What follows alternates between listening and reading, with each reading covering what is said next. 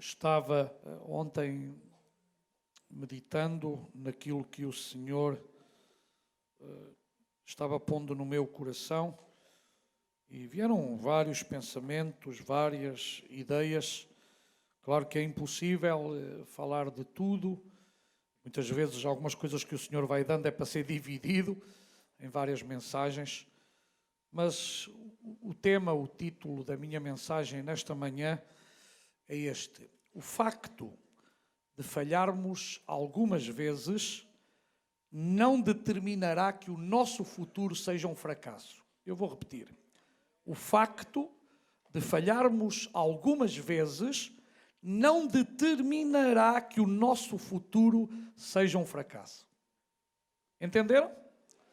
Há muitas pessoas que, pelo facto de falharem uma ou outra vez, elas ficam tão acomplexadas que acham que já não poderão ser úteis. Acham que o seu futuro vai ser um completo fracasso. Mas eu quero dizer em nome de Jesus que isso é mentira. Em Jesus sempre há uma oportunidade de vencermos. Aleluia! Tudo depende certamente da nossa atitude, das nossas decisões, da nossa disposição em arrependermos-nos e mudarmos de posição e voltar a Deus. Certamente é a partir de Deus que o ser humano é restaurado. Sem Deus, nós jamais poderemos ser restaurados na íntegra. Precisamos da ajuda do Espírito Santo para verdadeiramente sermos restaurados.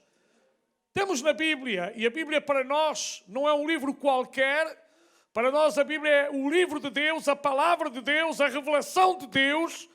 E nós temos exemplos de pessoas que aparentemente seriam um fracasso por causa daquilo que aconteceu nas suas vidas, mas eles não se deixaram levar pelo fracasso, olharam para Deus, olharam para o Senhor, e porque olharam para o Senhor, arrependeram-se e voltaram para trás. Deus fez da vida destas pessoas coisas maravilhosas e grandiosas, e é isto que Deus nesta manhã quer fazer com cada um de nós. Louvado seja o seu nome.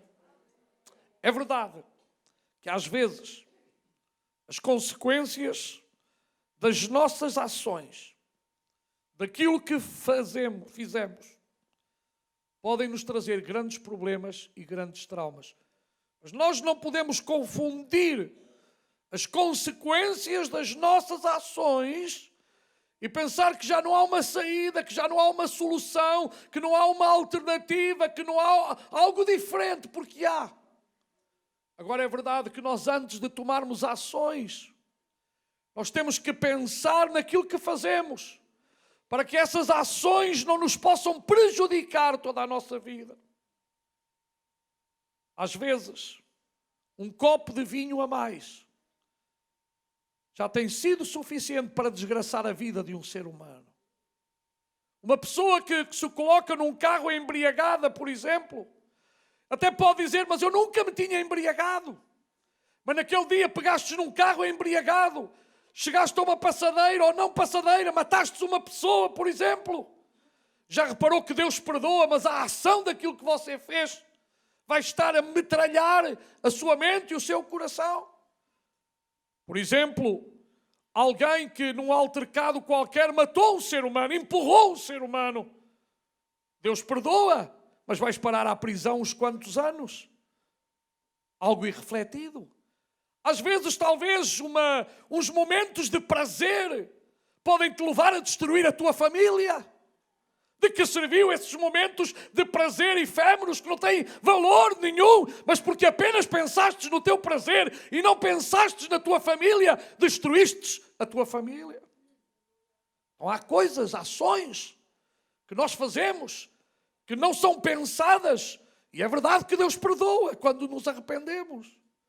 Mas seria muito melhor que nós pensássemos antes de atuar, antes de fazermos coisas que são contrárias à palavra de Deus. Uma gravidez não desejada, Uma noite de sexo em que trouxe um filho ilegítimo. E toda a tua vida terás que carregar com esse filho ilegítimo. É teu filho, mas é ilegítimo. Vais estar lá para dizer-te que falhastes. Deus perdoa. Deus perdoa.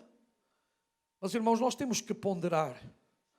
Nós temos que ponderar as nossas ações, as nossas atitudes, até as nossas palavras.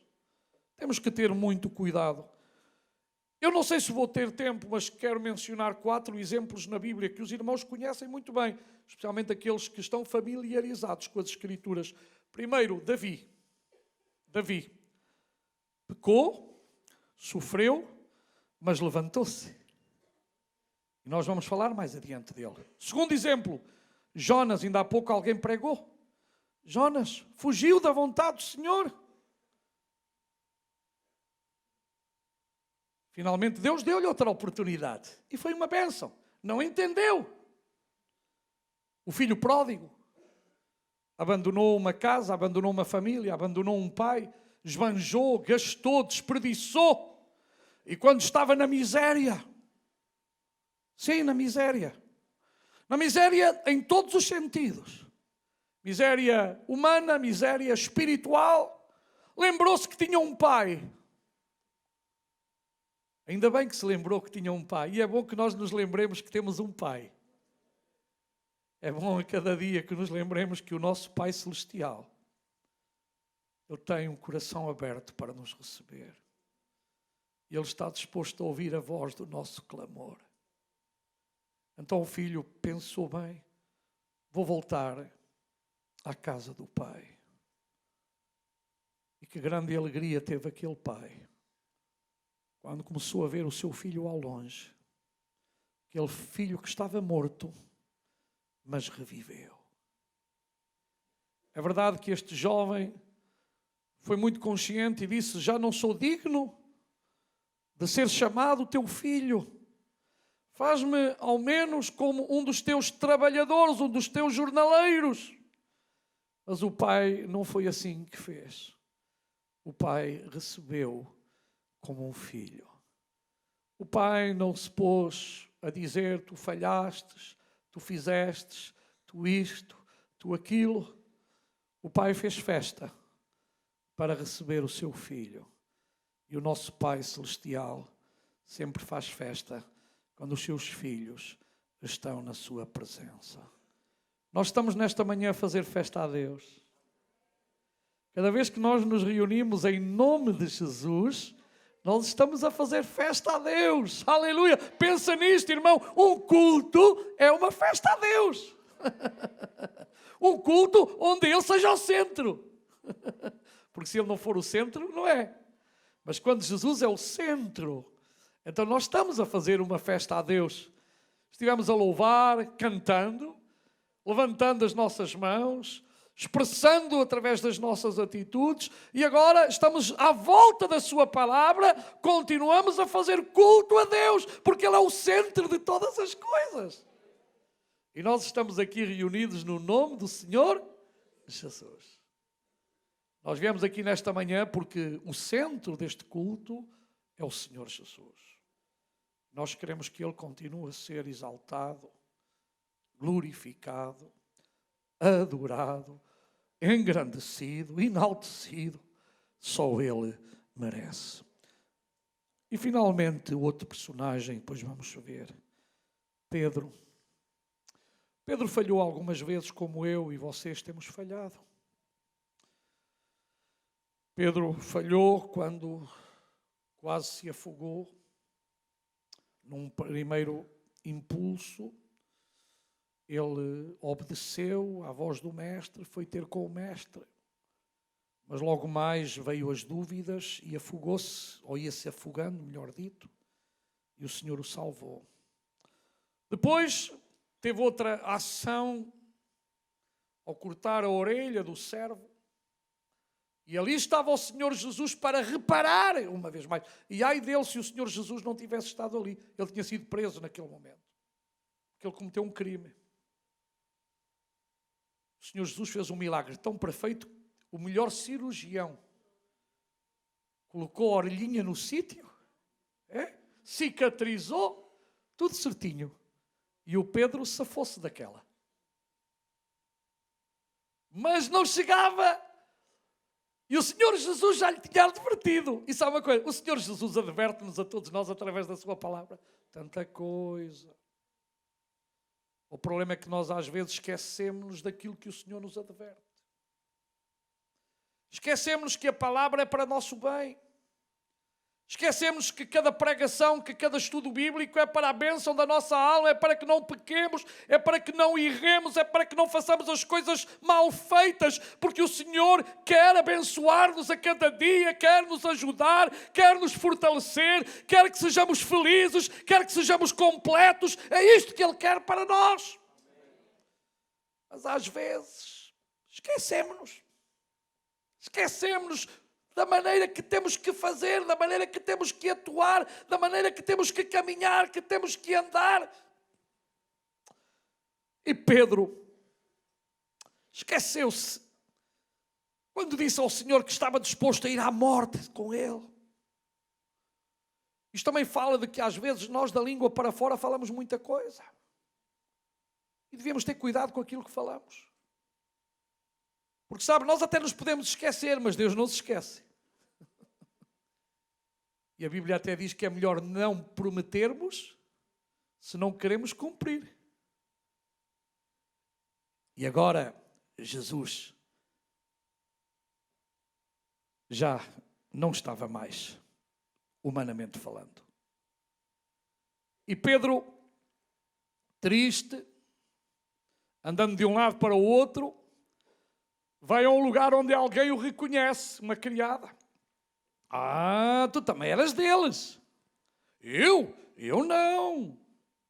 Segunda vez? Eu não. Terceira vez? Eu não. E o galo canta. E ele lembra-se daquilo que Jesus lhe disse. Pedro, antes que o galo cante, 3 vezes me negarás. Acabou a vida para Pedro? Foi o fim de Pedro? Não foi o fim do Pedro. Sabe porque é que não é o fim do Pedro? Porque em Cristo sempre há esperança. Porque em Cristo sempre há uma oportunidade. Basta tu, basta eu querermos. Nele sempre há uma oportunidade. Então, apesar de todas as falhas, quero dizer-vos uma coisa nesta manhã. O amor de Deus para conosco não depende daquilo que nós façamos, mas depende daquilo que Ele é. O amor de Deus para comigo, para contigo, não depende daquilo que tu faças, daquilo que tu digas, mas depende daquilo que Ele é. E a Bíblia diz que Deus é amor.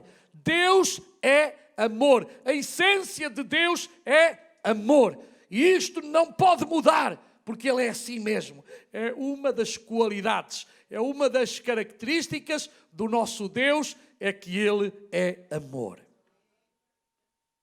Como filhos, quantas vezes falhamos? Vocês nunca falharam. Como pais, quantas vezes falhamos? Como maridos, quantas vezes falhamos? Como esposas, quantas vezes falhamos? Como cidadãos, quantas vezes? Como amigos, quantas vezes falhamos? Os irmãos nunca falharam. Falhamos.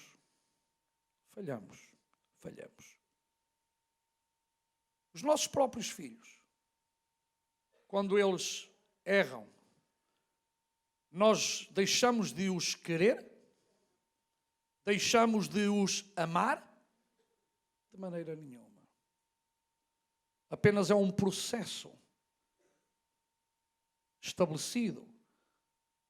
E através das nossas falhas, nós podemos ajudar a superar, a avançar. Aleluia. Os desapontamentos desaparecem quando depois vêm os momentos de vitória. Amém?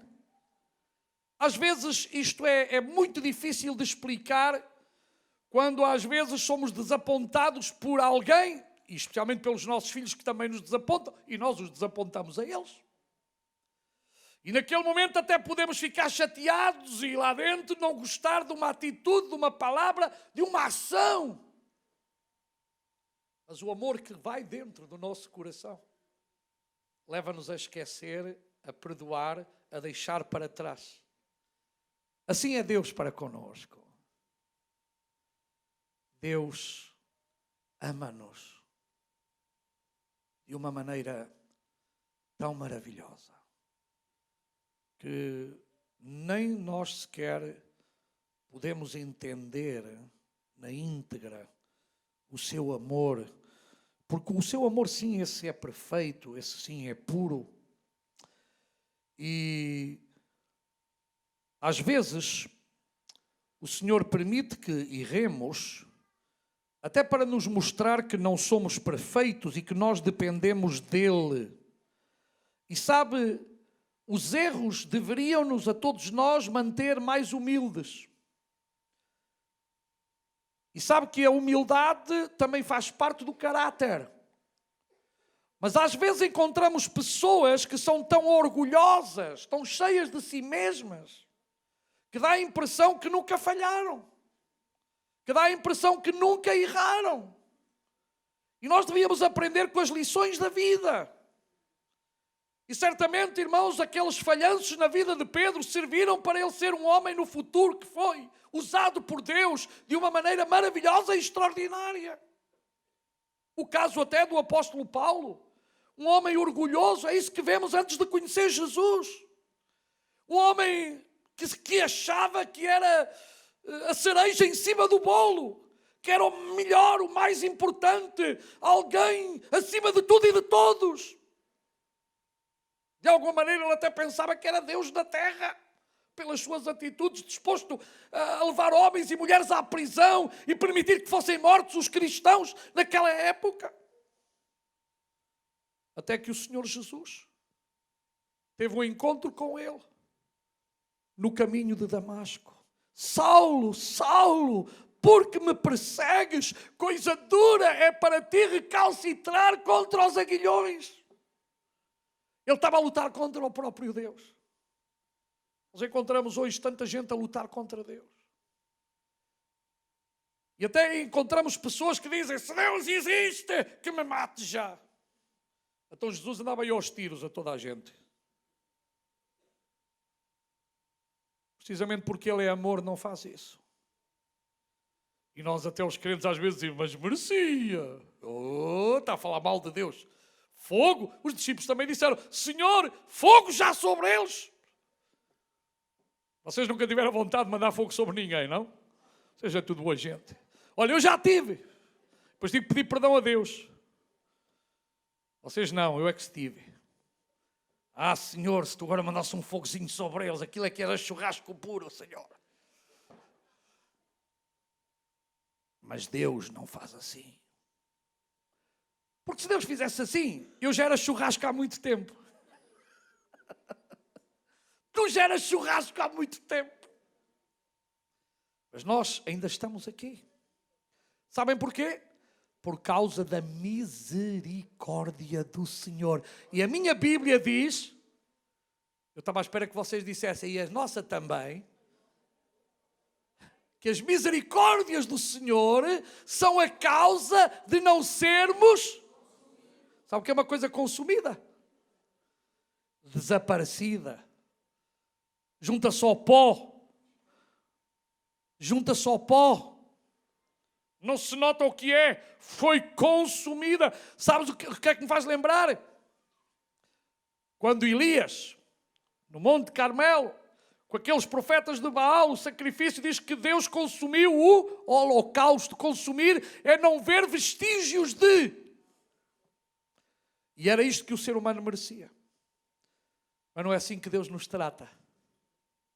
Em Cristo sempre há uma oportunidade de restauração. Aleluia.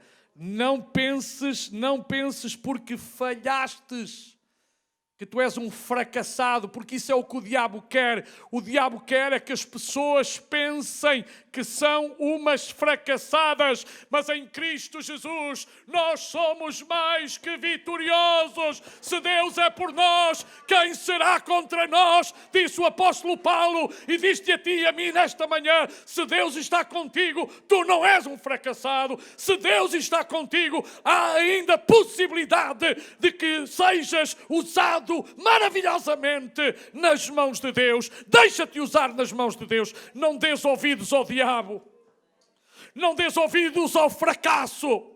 Não dês ouvidos a esses pensamentos negativos que procuram escravizar-te, porque vêm do inimigo das nossas almas. Mas o pensamento de Deus acerca de ti é pensamento de paz. Aleluia! Deus tem a paz que excede todo o entendimento para cada coração e cada vida nesta manhã. Recebe a palavra de Deus no teu coração, porque ela é a semente que vai produzir a fé, que vai restaurar, que vai curar, que vai abençoar, que vai transformar e fazer coisas grandes e tremendas na tua e na minha vida. Louvado seja o nome do Senhor. Aleluia.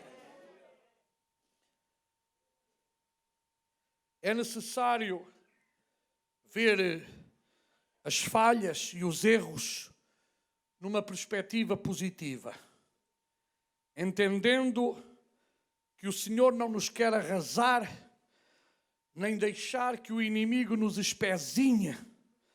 Na verdade, Ele honra-nos ao permitir passar pelo vale da sombra e da morte e não ter medo algum, porque sabemos que o Senhor está conosco. Aleluia. E é bom que cada um de nós, quando está passando pelo vale da sombra e da morte, possa verdadeiramente entender que estamos agradecidos porque Ele nos tirou de um lago cenagoso, de lodo. Foi daí que Ele nos tirou. E a Bíblia diz que Ele colocou os nossos pés sobre a rocha. Aleluia. Estávamos numa condição de afundamento.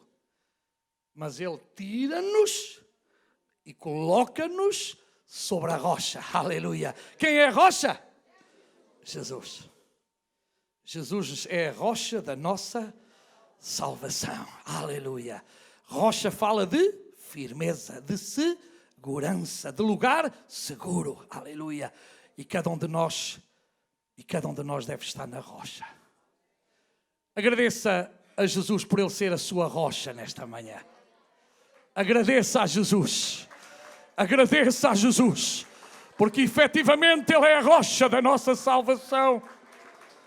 Ele é o único em quem nós nos podemos sentir seguros. Aleluia, aleluia, aleluia. Podemos crescer com as nossas falhas, se verdadeiramente tirarmos conclusões positivas e daí resultarem as nossas maiores vitórias. Vamos continuar a olhar para o alto e tendo sempre uma atitude positiva. O Senhor talvez nos tenha permitido que ficássemos em algum momento um pouco confusos acerca de certas situações, provavelmente para você não se engrandecer, mas para o engrandecer a Ele. Porque às vezes o ser humano tem uma tendência muito grande a engrandecer-se a si mesmo, em pensar que Ele é bom, em pensar que Ele é grande, em pensar que se alguma coisa aconteceu é por causa dEle. E se as coisas acontecem não é por causa de nós, é por causa do Senhor. Aleluia. Ele sim cuida de nós, Ele sim nos levanta, Ele sim nos dá força, Ele sim nos ajuda. Então toda a glória, toda a honra, todo o louvor, toda a adoração, todas as ações de graças sejam efetivamente para o nosso Senhor. No livro dos Salmos, nós temos as maiores expressões de pessoas que depois de terem passado por dificuldades, por provas, por lutas, elas puderam expressar a sua gratidão a Deus. E no Salmo 34, versículo 18, há uma expressão muito interessante, Salmo 34, versículo 18, e diz assim: perto está o Senhor. Aleluia. Perto está o Senhor. De quanto está perto de ti o Senhor nesta manhã? Eu quero te dizer uma coisa, Ele está tão perto de ti como aquilo que tu queiras que Ele esteja. Isso tem a ver com relacionamento. Ele está o mais perto que tu quiseres que Ele esteja. O estar perto ou estar longe depende de ti. Depende da tua atitude. Quanto mais agarrados estamos a Ele, melhor estamos. Aleluia. Então diz, perto está o Senhor de quem? Dos que têm um coração arrogante. Dos que têm um coração vaidoso. Ai, não é, desculpe, então li mal. O que é que lá diz? De um coração quebrantado. O que é um coração quebrantado? É um coração que reconhece que necessita dele. É um coração que se humilha na presença dele. É um coração que se inclina para ele. Esse é o coração quebrantado. E diz mais, e salva os contritos de espírito. Então, meus amados irmãos, podemos ter a certeza de que no meio das dificuldades, no meio das lutas, no meio dos nossos fracassos, o Senhor está perto de nós. Depois o 22, o mesmo Salmo, o 22 diz, o Senhor resgata a alma dos seus servos e nenhum dos que nele confiam será condenado. Eu vou ler uma vez mais. O Senhor resgata. O que é resgatar? Resgatar é salvar. Resgatar é salvar, é libertar. É libertar. E o Senhor liberta a alma dos seus servos. E se não fosse o Senhor, às vezes nós estávamos cheios de culpa, de traumas, de preconceitos, de fobias. Há tanta coisa, irmãos, que procura afastar-nos de Deus, procura espezinhar-nos. O inimigo muitas vezes quer fazer-nos crer que estamos sozinhos, abandonados, que não somos nada, que não prestamos para nada, mas essa é uma mentira muito grande. Porque tu e eu para Deus somos valiosos, aleluia. Tu tens, eu tenho, nós temos um valor muito grande para Deus, aleluia. Porque em Cristo somos mais que vencedores. Aleluia. E nada, nem ninguém nos pode separar do amor que está em Cristo Jesus, nosso Senhor. E a lista que o apóstolo Paulo dá de coisas, situações que aparentemente nos poderiam separar, não o poderão fazer. Porque se Deus é por nós, quem será contra nós? Meu irmão, minha irmã, prezada visita, se Deus é por nós, quem será contra nós? Ninguém. Porque maior é Deus. Porque maior é Deus. Porque maior é Deus, aleluia, maior é aquele que está conosco, maior é aquele que morreu na cruz do Calvário e ressuscitou ao terceiro dia, aleluia, vencendo a morte e o seu poder. Tragada foi a morte na vitória, onde está a morte, o teu aguilhão. Cumpriu-se a Escritura e efetivamente ao terceiro dia ressuscitou para que tu e eu nele tenhamos vida, aleluia. Não uma vida qualquer, mas uma vida em abundância, uma vida eterna, aleluia! Louvado seja o nome daquele que é grandioso e poderoso. Ainda no Salmo 37 e versículo 24 diz, ainda que caia ainda que caia, não ficará prostrado, pois o Senhor o sustém com a sua mão. Esta palavra é para ti, meu irmão, minha irmã, nesta manhã. Diz ao Senhor, diz ao irmão que está ao teu lado, diz a quem tu quiseres, ainda que caia, não ficarei prostrado. Não ficarei prostrado. Porquê? Porque és grande, porque és bom, porque sabes tudo? Não. Porque o Senhor me sustém. Levanta a tua mão. O Senhor me sustém com a sua mão. Aleluia. Sente a mão de Deus sustentar a tua vida pela fé. Pela fé nesta manhã, sente a mão de Deus levantar-te, erguer-te, aleluia, pela sua misericórdia, pelo seu amor, é Ele que nos sustém, meus irmãos e amigos, só Deus é o nosso sustento, a nossa força, a nossa alegria, louvado seja o seu nome. Também no Salmo 71, versículo 20 e 21 diz: Tu que me tens feito ver muitos males e angústias, me darás ainda a vida e me tirarás dos abismos da terra. Aumentarás a minha grandeza e de novo me consolarás. Aleluia. Não importa. 71, 20 e 21. Salmo 71, 20 e 21.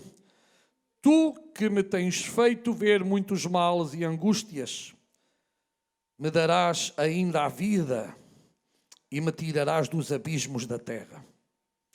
Aumentarás a minha grandeza e de novo me consolarás. Ele quer continuar a consolar o teu coração e o meu coração. Aleluia. Deixa que Ele te console. Aleluia. Nós temos também o Salmo 119, 50, diz: Isto é a minha consolação na minha angústia.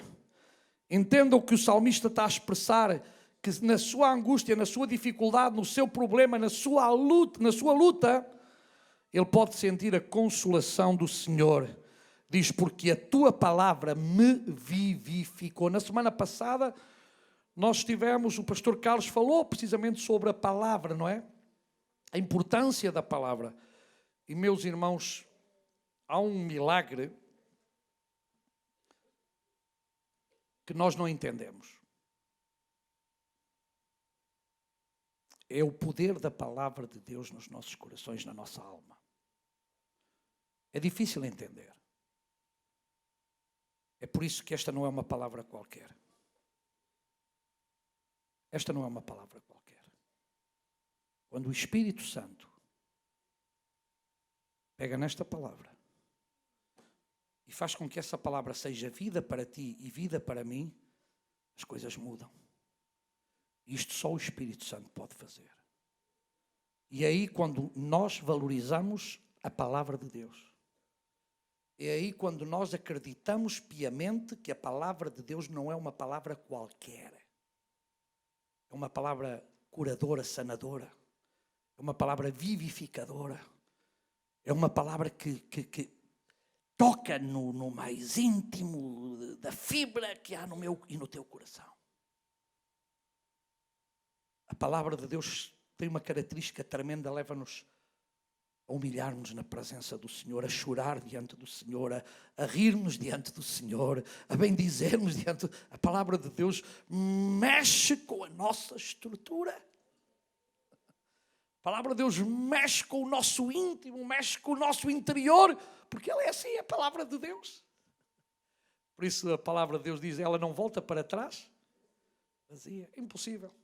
A verdadeira palavra do Senhor não vai para trás, não desaparece. Ela começa a produzir, ela faz crescer a nossa fé, ela faz crescer o nosso conhecimento, ela faz-nos amar cada dia mais a Deus, aleluia, a ter uma intimidade maior com Deus, aleluia. E o Salmo 138, eu estou aqui, podia ir a outros livros, mas é mais fácil, 138, 7, por exemplo, diz: andando eu no meio da angústia, ou seja, estando eu a passar por dificuldades, estando eu a passar por problemas, tu me revivificarás, estenderás a mão contra a ira dos meus inimigos, e a tua destra me salvará. Como é bom saber que Deus está comigo e contigo todos os dias. Por essa história, irmãos, estou sozinho. Não estás nada sozinho. Ninguém está comigo. Mentira, Deus está contigo. Deus está conosco, aleluia. E meus irmãos, agora deixai-me pensar um pouco, e eu falei de 4 exemplos, e vocês sabem que para que Deus nos use, a primeira coisa que nós temos que fazer é confessar os nossos pecados. Não ouvi um amém, não sei porquê, mas pronto, vocês saberão. Confessar os nossos pecados. O apóstolo João, inspirado por Deus, na sua primeira carta, no capítulo 1, versículo 8 e 9, ele disse: se afirmarmos que estamos sem pecado, esta é outra tradução, se afirmarmos ou se dissermos que estamos sem pecado, diz que nos enganamos a... Você quer se enganar a si próprio, é? Você gosta que os outros o enganem? Você gosta que os outros o enganem? Até porque é que vocês às vezes nós nos enganamos a nós próprios? Ou seja, não queremos que os outros nos enganem, mas até não vamos a mal quando nós próprios nos enganamos a nós. Sabe quando é que nós nos enganamos a nós? Quando nós não fazemos caso à palavra de Deus, quando nós não ouvimos a palavra de Deus, quando nós não ouvimos Deus a falar. E aqui a Bíblia diz assim: enganamos a nós mesmos e a verdade não está em nós. E eu quero, e eu penso que vocês querem, que a verdade a cada dia esteja em nós. Quantos aqui amam a verdade? Alguns não amam. Pronto, é um problema seu, não é? Você não levantou a mão, se não levantou é porque não ama. Eu vou perguntar outra vez: quem ama a verdade aqui? Levanta as duas, fica melhor. Nós devemos amar a verdade. Porquê? Deus é. Se uma das características de Deus é verdade, os seus filhos devem ser verdadeiros. Deve haver em nós o desejo de em tudo sermos verdadeiros. Então diz: se confessarmos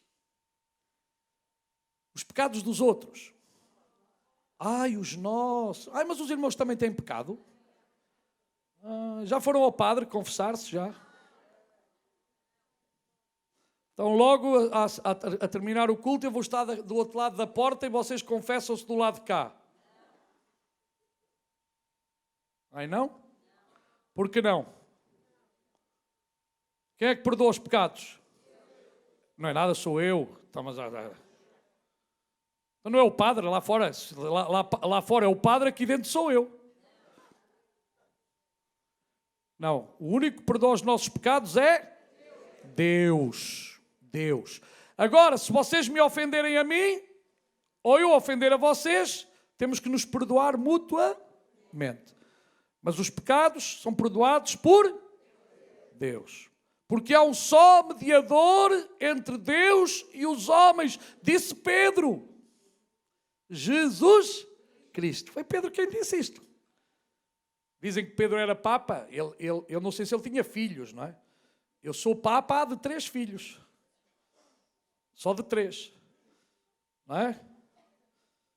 Também papo comida às vezes. Papá. Também é o papa à sorda. Ele come muito à sorda. Só há um Pai nos céus. Pai nosso que estás nos céus, santificado seja o teu nome, venha a nós o teu reino, faça-se a tua vontade, assim na terra como no céu. Amém? Há um só papá. E é esse que perdoa os nossos pecados. Se confessarmos os nossos pecados, o que é que acontece? Primeiro, Ele é fiel. Em segundo lugar, Ele é. E em terceiro lugar, o que é que Ele faz? Perdoa e purifica.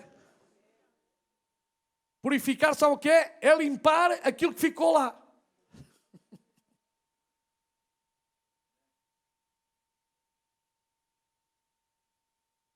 Alguns às vezes são tramados. Lembram-se dos pecados de há 100 anos atrás. Porque tu fizeste em 1913, fizeste aquilo. Em 1914, no dia 14 de junho, fizeste aquele outro. Assim é o ser humano. Mas o Senhor limpa. Então o teu futuro não dependerá dos teus fracassos. O teu futuro depende de se tu confessaste o teu pecado, entregaste a tua vida nas mãos de Deus e estás caminhando em novidade de vida com o Senhor. Aleluia. É por isso que Provérbios, inclusive 28:13, diz: quem esconde os seus pecados não prospera. Mas quem os confessa e os abandona ou deixa, encontra misericórdia. Sabe uma coisa? Em Cristo, quando tu o abandonas, quando tu te arrependes, abandonas esse pecado, nós encontramos misericórdia nele. Eu falei antes, e Davi tem 2 salmos muito interessantes. O primeiro salmo é quando ele verdadeiramente, depois que o profeta Natan vai ter com ele,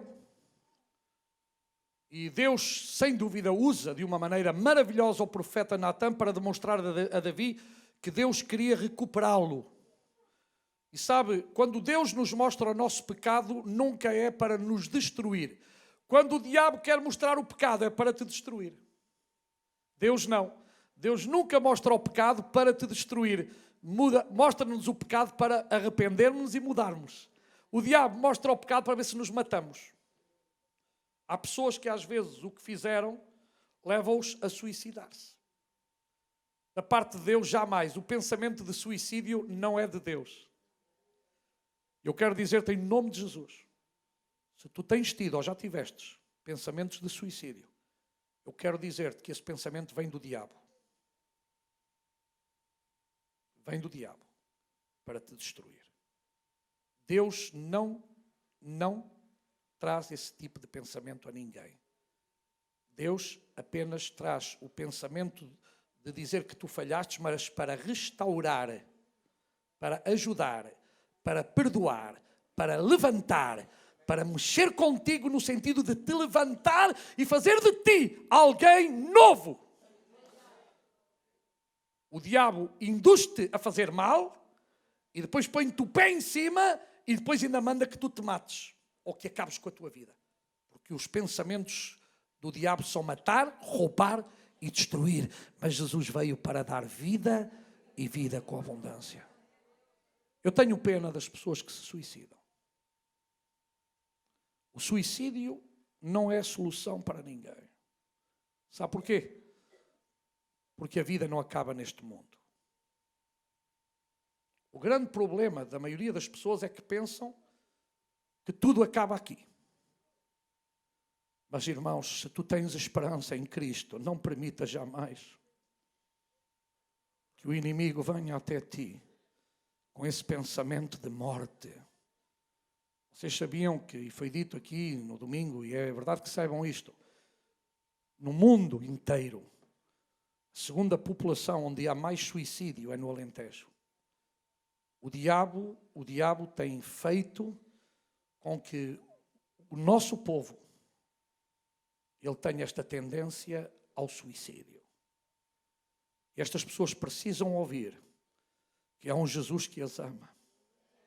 Por isso esta igreja acredita em missões e nós temos várias missões no Alentejo e queremos continuar a fazer missões no Alentejo e não só em todo o mundo, porque o poder de Deus é libertador, aleluia! Em Jesus há esperança, há vida, há salvação. E nós temos a obrigação de levar as boas notícias, meus amados irmãos, como alguém um dia nos trouxe essas boas notícias até nós, que nos libertaram, que nos fizeram livres. E em Cristo somos livres, aleluia. Então, meus amados irmãos, o Salmo 32, esta poesia, é uma confissão e perdão. E o 51 é restauração. É quando verdadeiramente Davi, ele diz: pois eu mesmo reconheço as minhas transgressões e o meu pecado sempre me persegue. Contra ti, só contra ti pequei, fiz o que tu reprovas, de modo que justa é a tua sentença e tens razão em condenar-me. Sei que sou pecador desde que nasci, sim, desde que me concebeu a minha mãe. Sei que desejas a verdade no íntimo e no coração me ensinas a sabedoria. Ele depois pode dizer: purifica-me com hisopo e ficarei puro. Lava-me e mais branco do que a neve serei. Irmãos, neste salmo, Davi expressa que era um pecador. Davi, irmãos, desculpem, não lançou as culpas sobre ninguém. O grande problema de muita gente é que quer lançar os seus pecados na vida dos outros. Davi não foi para Deus e disse: sabes, se àquela hora aquela mulher não estivesse ali, eu não tinha pecado. Àquela hora, se tu tivesses virado os olhinhos e voltasses para dentro de casa, não tinhas pecado. E foi assim que ele ali comportou-se assim. Ele disse: contra ti somente pequei. O grande problema é quando nós queremos lançar as nossas culpas sobre os outros. Há aí tanta boa gente a lançar. E sabe porque é que não há restauração na vida de muitas pessoas? Porque às vezes nós culpamos os outros. Culpamos os outros daquilo que nós fazemos de mal, de errado. E Deus quer que nós assumamos as nossas culpas. A Eva culpou o Adão. O Adão culpou a Eva. Depois culparam a serpente. Toda a gente era culpada. Mas isto começa desde criança. Foi o periquito, foi o gato, foi o cão. Tudo é culpado. A pessoa nunca é culpada. É a tendência, irmãos. Mas quando nós reconhecemos as nossas falhas, esse é o primeiro princípio para Deus nos levantar. E Deus honra aqueles que reconhecem as suas falhas. Irmãos, cuidado, é lamentável quando a pessoa erra e diz: a culpa é da sociedade. Eu já trabalhei em prisões há alguns anos e a maioria dos presos, quando você pergunta a eles porque é que lá estão, sabe de quem é a culpa? Sociedade. A sociedade é que tem a culpa. De que se queixa o homem, diz a Bíblia. Queixe dos pecados dos outros é a resposta. Ai não, ainda bem que alguns conhecem a Bíblia. Queixe-se cada um dos seus. Contra ti, somente pequei